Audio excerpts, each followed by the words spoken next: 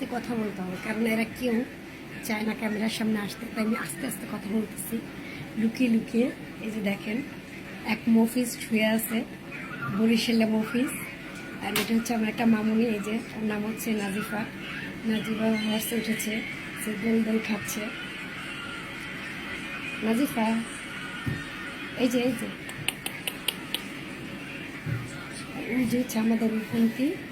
সে হচ্ছে মোবাইলের কার্টুন নিয়ে এই পার ওই পার হয়ে একদম মগ্ন হয়ে আছে।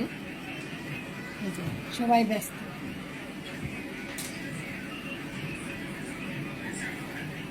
আপনারা এদের মতো ঘোরায় চলতে চাইলে চলে আসেন আমাদের বাসায়।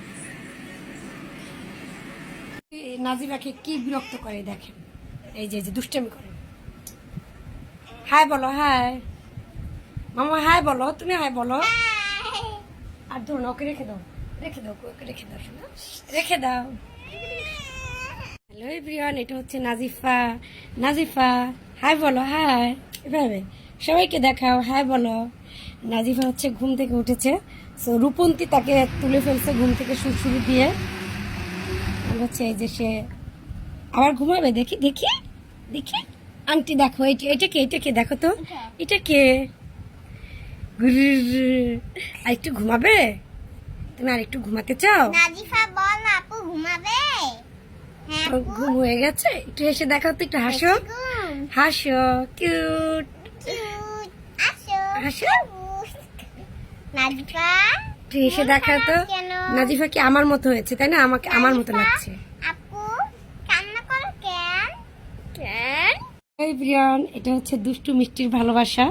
এই যে দুটি আপি, তারা হচ্ছে খুব দুষ্টমি করে, দেখেন কি ভালোবাসা তাদের চলছে। এটা হচ্ছে নাজিফা, এটা হচ্ছে রূপন্তী। তারা দেখি খুব ভালোবাসা করছে দু বোন। এই যে নাজিফাকে রূপন্তী ঘুম থেকে তুলে ফেলছে, এভাবে করে সুরসুরি দিয়ে দিয়ে তাকে হচ্ছে ঘুম থেকে তুলে ফেলছে, তাই না? দেখি তুমি কিভাবে ঘুমাও নাজিফা, একটু ঘুমিয়ে দেখাও তো, চোখগুলো বন্ধ করো। এই যেভাবে ঘুমিয়েছিল নাজিফা, আবার চোখ খুলো। তুমি হাত ছাড়ো, এই যে উঠে পড়ছে বুকে।